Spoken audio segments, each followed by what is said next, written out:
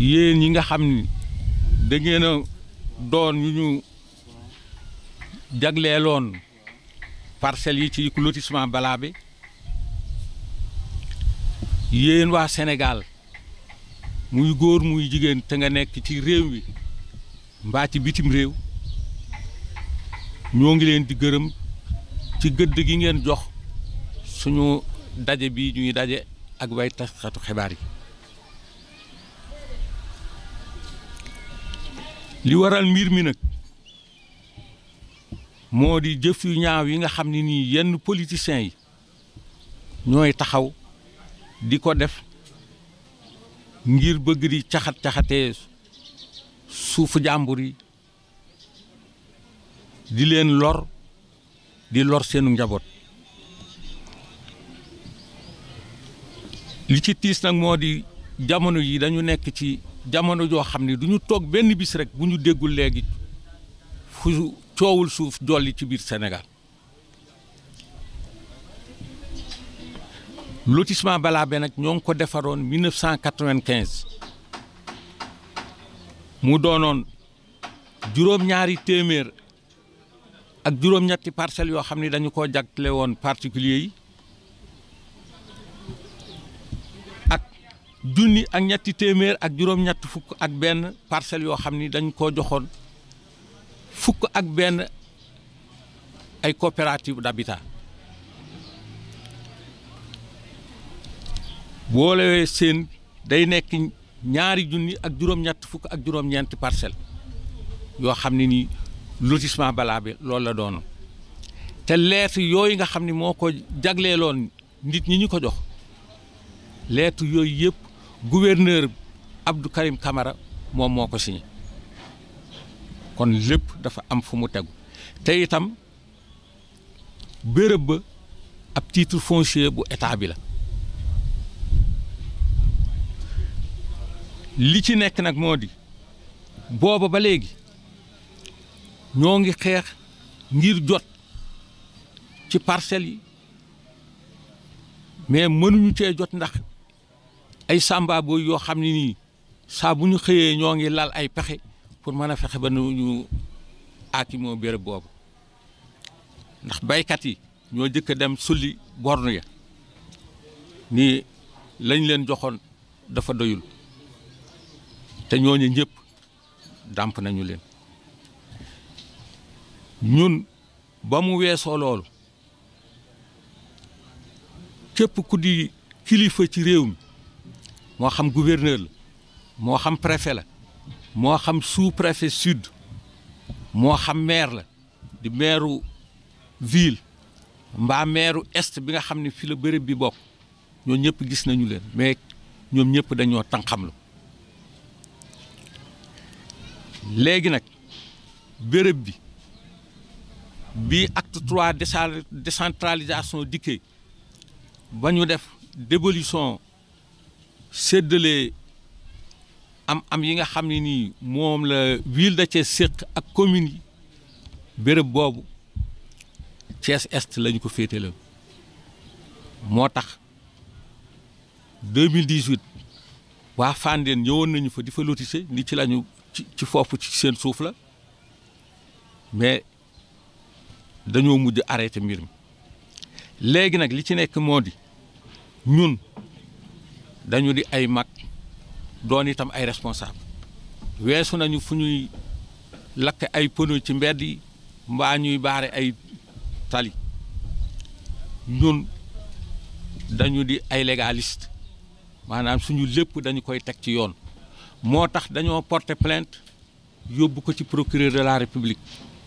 procureur jébbal na dossier bi Descos ba Descos woo nañu ba dégluñu ba def PV ñoo ngi xaar mbir mi na muy jëme ci kanam wante nag ñoo ngi ñaan di yëglu képp koo xam ne nii kilifa nga ci réew mi tàmbalee ci président de la république ay ministre am ak ñii nga xam ni Thiès ñun ñoo leen fal ba ñu toog tey fii ñu toog ñu xam ni mbir mi lépp dañu ko war a teg ci yoon ndaxte kat ñun bañuñu ci ba ku bëgg a faagaagal suñu moomeel balaa looloo am di nga jéggi suñuy niiw kon daal ci gàttal loolu rekk lañu doon wax pour nit ñi xam ni ñun ci suñu yoon ci dëgg lañu ko teg kon dañoo bëgg a néewal doole te loolu nag duñu ko nangu. gannaaw ba ma gërëmee ñëpp sant leen man Ibrahima Lom secrétaire général collectif bi ma bëgg compléter président ci déclaration bi liminaire bi mu def c'est surtout par rapport ak contact yi ñu am ak autorités yi contact yi ñu am ak autorités yi peut-être la kii la glissement de la langue la am na ci autorités yu ñu recevoir am na ci autorités yu ñu accompagner ma bañ ñu dégg ne ñun demuñu ci ñoom wala teguñu ci yoon parce que premièrement préfet jox nañ ko suñu correspondance délégation dem na fa moom moo ñu xelal sax nañu da ngeen di dem ci yoon préfet sud waaw sous préfet l'actuel préfet il nous a joint parce que dañu def ay demande d'audience réitérer ay demande d'audience parce que ñëpp defal nañu ay demande d'audience am ñu recevoir am ñoo xam ne dem nañ ba ci salle d'audience ñu ne ñu nekku fi ñu daw seen responsabilité ça il faut le dire parce que mooy période bi nga xam ne Fandène dañ doon def seen lotissement fii et puisque c'était le ministre des Forces armées les gens ont eu peur certainement ñu ñëw ba ci secrétariat bi mën nañu xaar leen préfet dina leen recevoir gouverneur du moins gouverneur woo ko ne ko nee leen nekkuma fi ñu demoon ci délégation bi yëpp ñu ngi fi toog gouverneur bi dem l'ancien Amadou Sy non tout à fait c'est pourquoi je veux clarifier Amadou Sy la l'actuel gouverneur ça fait moins d'une semaine jox nañ ko correspondance pour recevoir ko ak les autorités décentralisées am na ku répondre c'est le préfet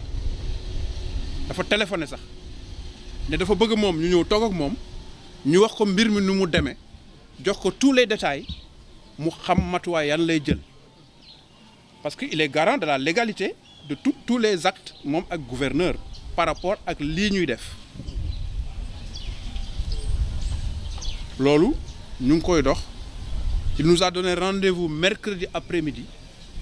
sauf extraordinaire parce que affaire mbas mi yenn saa yi ñu jox la rendez-vous moom ñoom ñu dem feneen mais nee na le mercredi matin danañu confirmer ndax daf ñuy recevoir parce que nag dafa am lu dox ci diggante bi les maires dañoo bëgg jalga ci suuf yi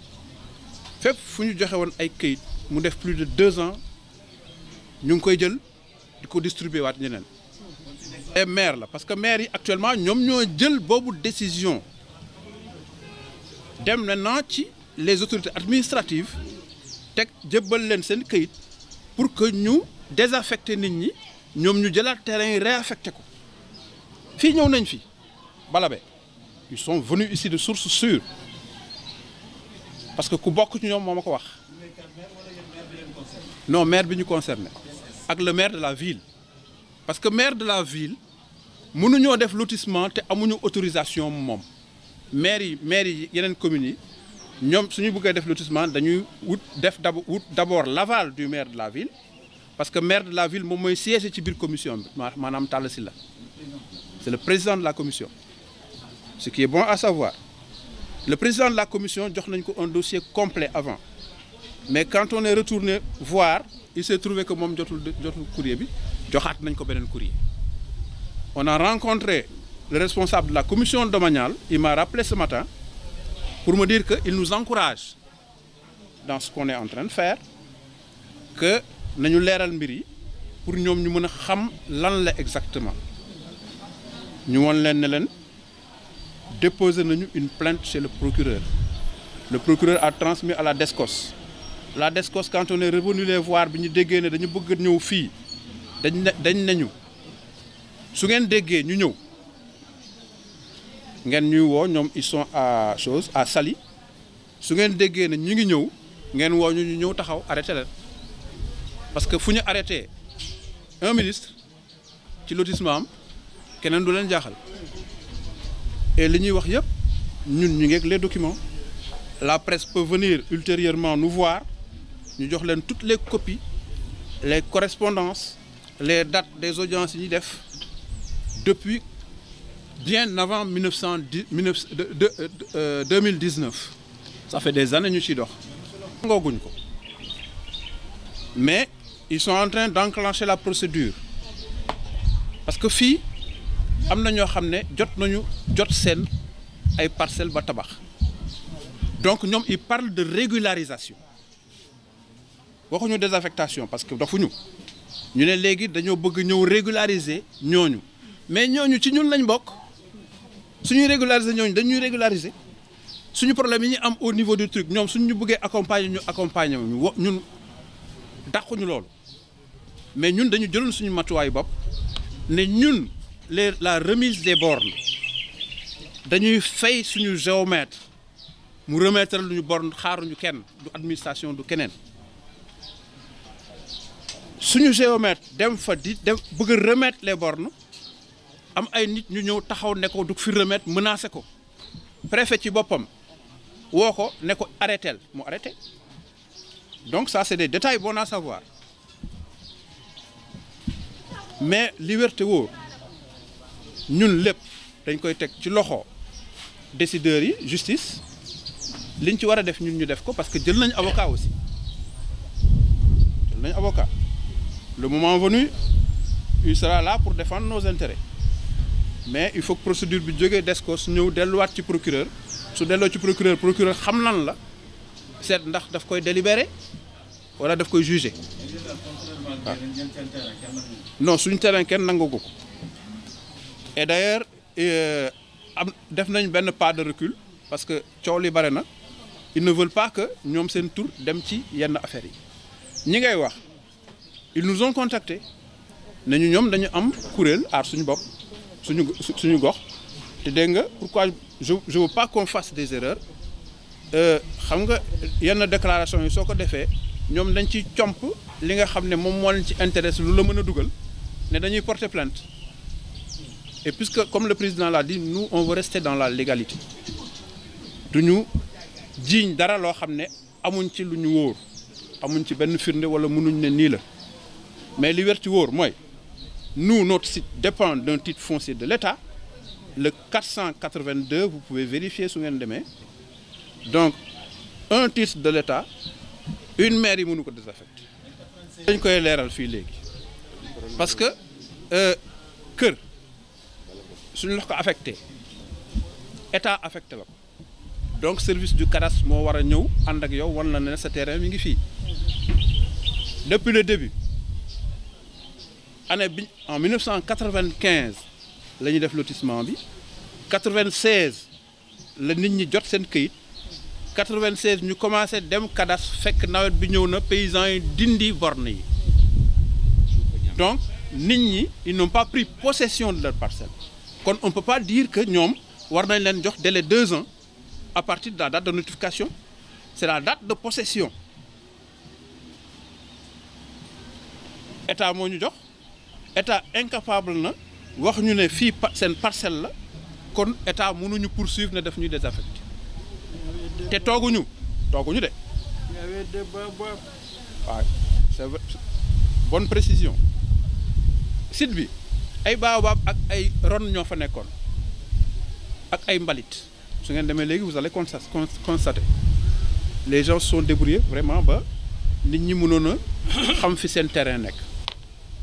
ñu jël géomètre comme ni ma la ko waxee géomètre boobu moom moo defoon lotissement bi pour l'État pour le compte de l'État il est à la retraite c'est un privé il s'appelle Dame Diaw à chaque fois hier il nous a dit qu'à chaque fois que quelqu'un a besoin d'informations par rapport à ce site-là mën nañu ñëw moom mu wax leen ni mu demee Fandène bi ñu ñëwee di def c'est un géomètre qui s'appelle Sidi Seck qui est à Mbour moom la Fandène commettre mu ñëw lui il l'a trouvé sur place Dame Diaw ne ko mais yow xam nga ne fii lotissement la waroo mën a ñëw di def lotissement ci kawam. Il a été très clair ne ko yow stagiaire nga woon man bi may def lotissement bi kon xam nga ne fii waroo ko laal et borne yaa ngi fi ñoom ñu ñëw sulli suñuy borne sampaat yeneen borne on a toutes les photos des bornes on a l'acte de l'huissier bi ñëw constaté ko kon ñun jël nañ suñu matuwaay comme tu dis suñu matuwaay yëpp jël nañ ko maintenant on attend le retour de courrier du procureur et les audiences yi ñu demandé que autorité defuñu ko le préfet comme j'ai dit a répondu favorablement bon on attend Talla Sylla mu répondre ñaar yooyu rek ñun suñu leen amee vraiment bon ñeneen ñi suñu retour précision on a rencontré le maire de Thiès Est ñu am ay firnde yu wóor ne ñu ngi tudd Balabé bañ fa demee mu ne ñoom demuñu foofu pour site bi pour lotissement Balabé yóbbuwu leen fa que nit ñi li ñuy wax tegul ci maanaam du dëgg ñu répondre ko ne ko de toute façon ñun on est à l'écoute ñu ngi déglu ñu ngi xool su fekkee foofu la dinañ xam su dul foofu dinañ xam mais man ak ñi may àndal wóor nañ ne foofu la. yi dañuy am xel mu rafet ci suñuy juge rawati ci juge yi nekk Thiès mais justice dafa yemul Thiès am na lu nekk ci kaw conseil d'état mi ngi fi cour suprême mi ngi fi mën naa joxe benn exemple ci li ngay wax juge de siège ñëw jël benn décision ñu dem ci kaw ñu dindi ko te nous on est prêt à aller jusqu'au bout parce que ñoom li ñuy def xam mooy lan li may wax dama ci am preuve suñu defee loolu bu ñu daggee ñi nga xam ne ëllëg yëpp war nañ leen mën a jàppale pour ñu légaliser dañ leen di jox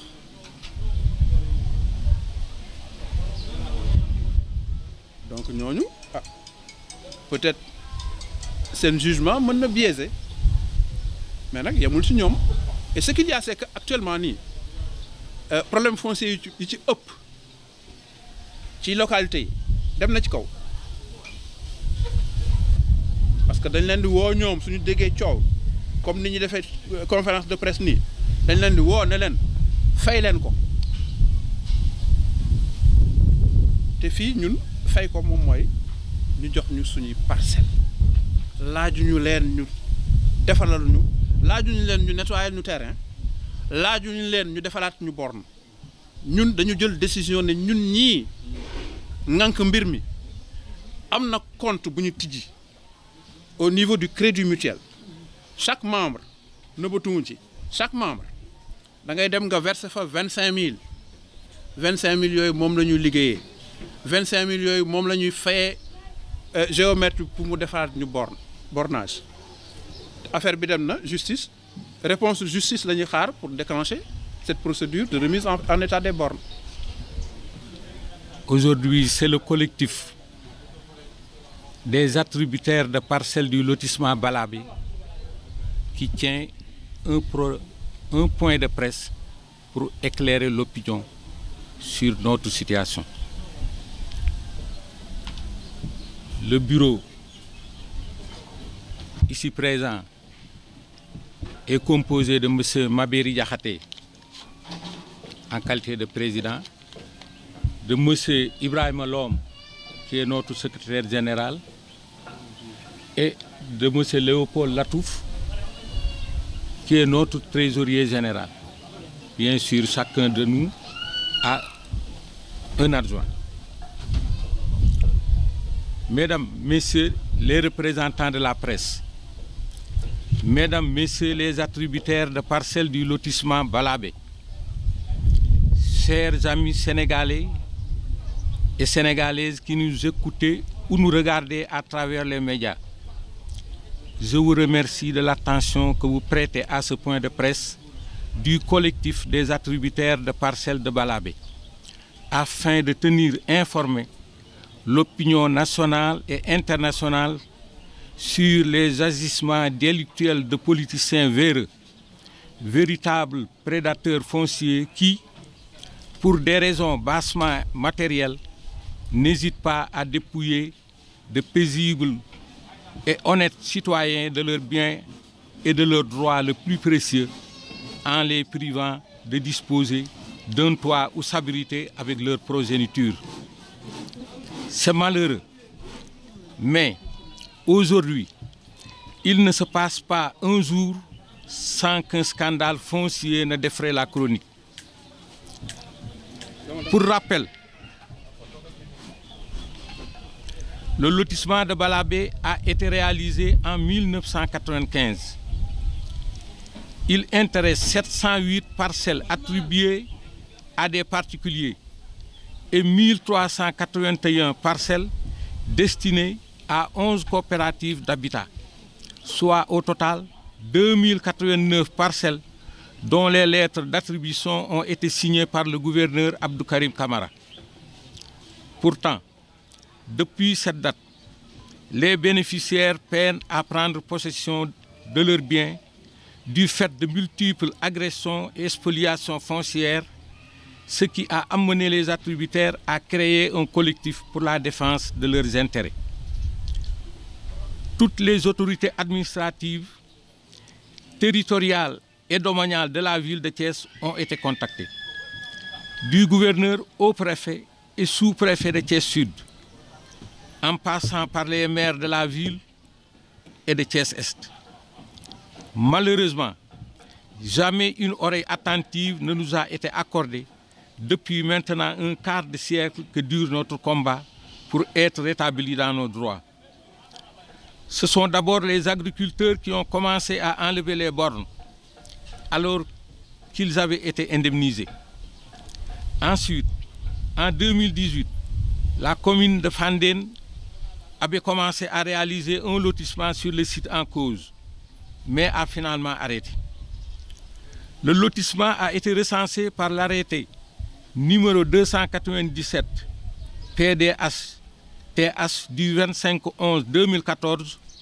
portant dévolution du patrimoine de la ville de Thiès. Or, comme vous le devinez, nous sommes maintenant tous du troisième âge.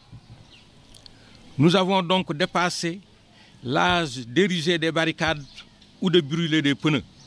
car beaucoup d'entre nous ont eu à exercer des responsabilités dans ce pays. Nous avons déposé une plainte auprès du procureur de la République qui a introduit la DSCOS qui nous a déjà entendus sur procès-verbal. C'est pourquoi nous en appelons au sens de l'équité et de l'humain des autorités de ce pays, au premier chef de Monsieur le Président de la République, à ses ministres, aux élus de la ville de Thiès à qui nous avons donné nos suffrages afin qu'ils occupent les stations qui sont aujourd'hui les leurs, ce qui ne les a pas empêchés de nous planter un couteau dans le dos alors qu'ils auraient dû nous être redevables. Mais ils devront marcher sur nos cadavres pour obtenir gain de cause. Telle est, mesdames, messieurs, l'économie de cette déclaration préliminaire.